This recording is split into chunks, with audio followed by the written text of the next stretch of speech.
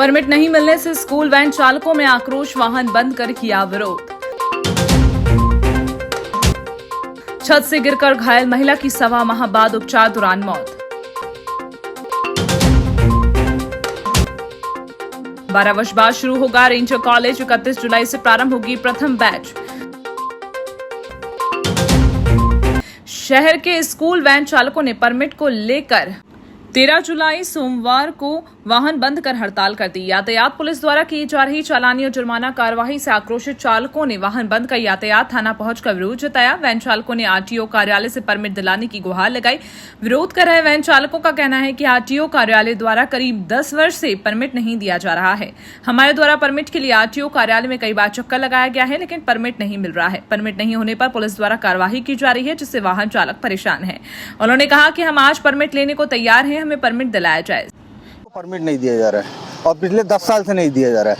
ऐसा नहीं कि हमने इसको लेने का प्रयास नहीं किया, कई बार गए हम लोग, पूरे हमारे गाड़ी वाले की परमिट चाहिए, लेकिन परमिट हमको मिल ही नहीं रहा। परमिट नहीं मिलने से क्या हो रहा है, हमारे पास इंश्योरेंस है, हमारे पास पीयूसी है, हम फिटनेस भी करा रहे हैं, लेकिन यदि परमिट ही नहीं है तो उस कंडीशन में ये सब चीज़ वैध नहीं है। मान लो कल के दिन कोई हादसा हो जाए, भगवान ना करे हो, लेकिन मान लो हो जाए तो उस कंडीशन में इंश्योरेंस वाला तो अपने हाथ खड़ा कर देगा। कटंगी थाना अंतर्गत ग्राम सिरपुर में बारिश और तेज आंधी के चलते छत पर सूख रहे कपड़ा निकालने गई महिला की छत से गिरकर घायल होने पर उपचार दौरान 1.25 माह बाद जिला अस्पताल में मौत हो गई।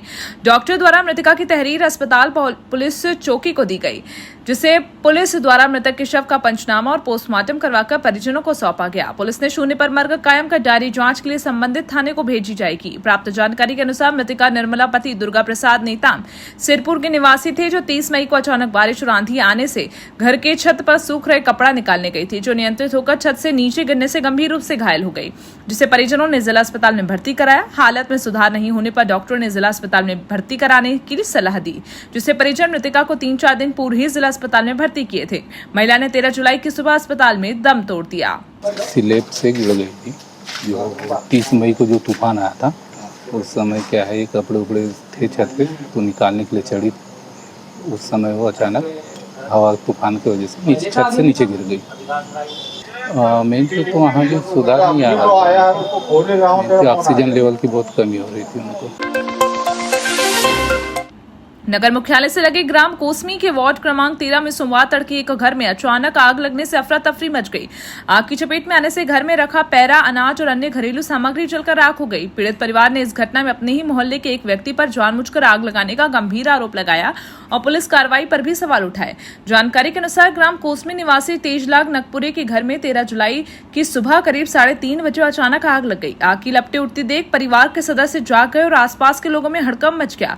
घटना की सूचना तत्काल डायल 112 और फायर ब्रिगेड को दी गई। सूचना मिलते ही पुलिस और दमकल वाहन मौके पर पहुंचे और कड़ी मशक्कत के बाद आग पर काबू पाया गया। जिस इंसान ने मकान जलाया उसकी रिपोर्ट दर्ज हो गई और उसने अपने से ही सर पे पत्थर मार लिया, अपना हाथ तोड़ लिया और जाके एडमिट हो गया। वो उसकी रिपोर्ट दर्ज हो गई और जिसका नुकसान हुआ, जिसका मकान जला, मेरे पापा मम्मी का, उनकी रिपोर्ट दर्ज नहीं हुई। वहाँ जाने के बाद कार्रवाई नहीं किया गया। मध्य प्रदेश में छात्र अधिकारों और आदिवासी और पिछड़े वर्ग के विद्यार्थियों के हितों के लिए संघर्ष करने वाले प्रमुख छात्र संगठन गोंडवाना स्टूडेंट्स यूनियन लाल बल्ला ने 13 जुलाई सोमवार दोपहर 1 बजे प्रदेश की प्रशासनिक व्यवस्था और छात्र नीतियों के खिलाफ मोर्चा खोल दिया। सोमवार को यूनियन ने महामहिम राज्यपाल मंगूभाई पटेल, मुख्यमंत्री डॉक्टर मोहन यादव और मुख्य सचिव अनुराग जैन सहित उच्च शिक्षा जनजाति कार्य विभाग के नाम लाल बर्रा तहसीलदार भूपेंद्र हिरवार को एक विस्तृत ज्ञापन सौंपा। यूनियन ने साफ तौर पर चेतावनी दी है कि यदि प्रदेश के लाखों छात्र छात्राओं के भविष्य से जुड़ी इन गंभीर मांगों पर तत्काल ठोस कार्रवाई नहीं की गई तो संगठन पूरे प्रदेश में उग्र आंदोलन करने के लिए बाध्य होगा, जिसकी पूरी जिम्मेदारी शासन प्रशासन की होगी। हल्ला बोल, हल्ला बोल, हल्ला बोल, हल्ला बोल, हल्ला बोल, पगडंडियों से हल्ला बोल, हल्ला बोल, हल्ला बोल, शहर की गलियों से हल्ला बोल, हल्ला बोल, हल्ला बोल, किसान के हित में हल्ला बोल, हल्ला बोल, हल्ला बोल, छात्र हित में हल्ला बोल, हल्ला बोल, हल्ला बोल। जिले के लिए बड़ी राहत और महत्वपूर्ण उपलब्धि के रूप में बहुप्रतिष्ठित रेंजर कॉलेज अब बालाघाट में ही संचालित होगा। कॉलेज के प्रस्तावित स्थानांतरण पर रोक लगने के बाद सांसद भारती पारधी ने सोमवार को रेंजर कॉलेज परिसर का निरीक्षण किया। वर्ष 2014 के बाद प्रारंभ होने जा रहे नए बैच के प्रशिक्षण की तैयारियों का जायजा लिया। सीसीएफ गौरव चौधरी ने बताया 31 जुलाई से नई बैच प्रारंभ होगी। 18 माह का प्रशिक्षण होगा, इसके बाद उन्हें दूसरी बैच मिलेगी।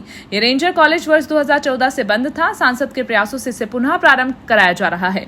सांसद भारती पारथी ने बताया कि सोमवार को वर्ष 2014 से बंद रेंजर कॉलेज का निरीक्षण किया, जहां उपलब्ध संसाधनों का जायजा लिया गया ताकि जो भी कमियां हैं उन्हें दूर किया जा सके। तो निश्चित तौर पर इतने दिन तक बंद रहने के कारण बहुत सी बिल्डिंगें हमारी क्षतिग्रस्त हुई है, लेकिन मैं धन्यवाद देना चाहती हूँ फॉरेस्ट विभाग का, हमारे सीसीएफ साहब का, हमारे दोनों ही डीएफओ का, कि जिनके सहयोग से कम समय में भी इसको पुनः एक व्यवस्थित तरीके से, जिस तरीके से मैंने आपको कहा कि 31 तारीख तक बेचें, जुलाई में हम शुरू कर देंगे। पहली बेच हमारे पास 40 स्टूडेंट्स की आ जाएगी, तो उनके लिए रहने के लिए, उनके टीचिंग के लिए, उनके भोजन के लिए कैसे क्या व्यवस्था, उनके सारी क्रियाकलापों, चाहे वो लैब हो चाहे लाइब्रेरी हो, उसकी व्यवस्थाओं के लिए विभाग पूरी तरह से तैयार है। और मुझे लगता है कि आने वाले 8-10 दिन में हम पूर्ण तरीके से अपने इस परिसर को डेवलप कर लेंगे कि नई बेच जैसे हमको बेच मिलती है तो हम। रेंजर कॉलेज का निरीक्षण माननीय सांसद मैडम के द्वारा करा गया। ये रेंजर कॉलेज 2014 से बंद था, इसको हम पुनः शुरू कर रहे हैं। मैम के अथक प्रयास से ये दोबारा यहाँ बालाघाट में ही है और हम 31 जुलाई से इसमें प्रपोज़ कर देंगे डीएफई को कि वो यहाँ पे बैचेस के लिए हमको भेज सकें। तो यहाँ पे हमने जो तैयारियाँ करी हैं उन सब से हमने आज मैडम को रूबरू करा रहे हैं उसके बारे में। साथ ही साथ यहाँ पे हम क्या व्यवस्थाएं और निर्मित करेंगे ताकि आगे ये जा कर के नेशनल लेवल का इंस्टीट्यूट बन सके, उसके बारे में आज रिव्यू चल रहा है।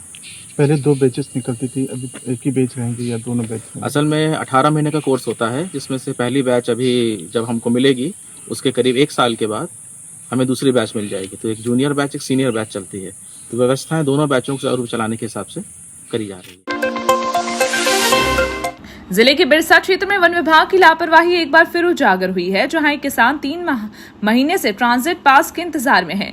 खेत में कटे पड़े हजारों बांस बारिश के कारण खराब होने लगे, जिससे किसान को लाखों रुपए के नुकसान की आशंका है। सोमवार को किसानों ने जिला मुख्यालय पहुंचकर अधिकारियों को अपनी समस्या से अवगत कराया।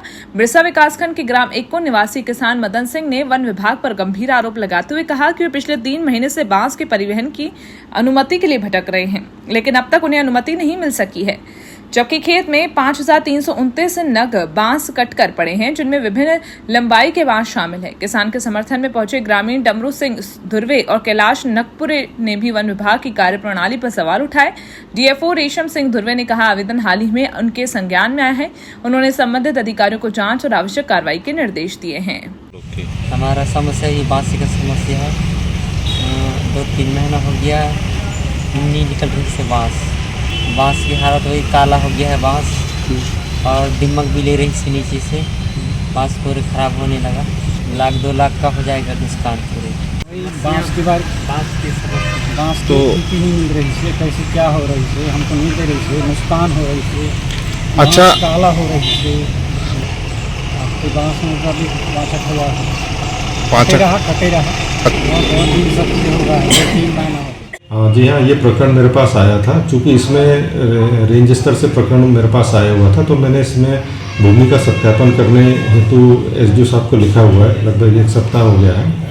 तो जैसी भूमि का सत्यापन होकर मेरे पास आएगा, तत्काल उसको मैं यहाँ से अपने टीपी के लिए जारी कर दूँगा। संभवतः कल एसडीओ साहब उसकी जाँच करके अपनी रिपोर्ट दे देंगे, तो मैं अगले दिन इसमें टीपी जारी करने की अनुमति यहाँ से जारी करूँगा।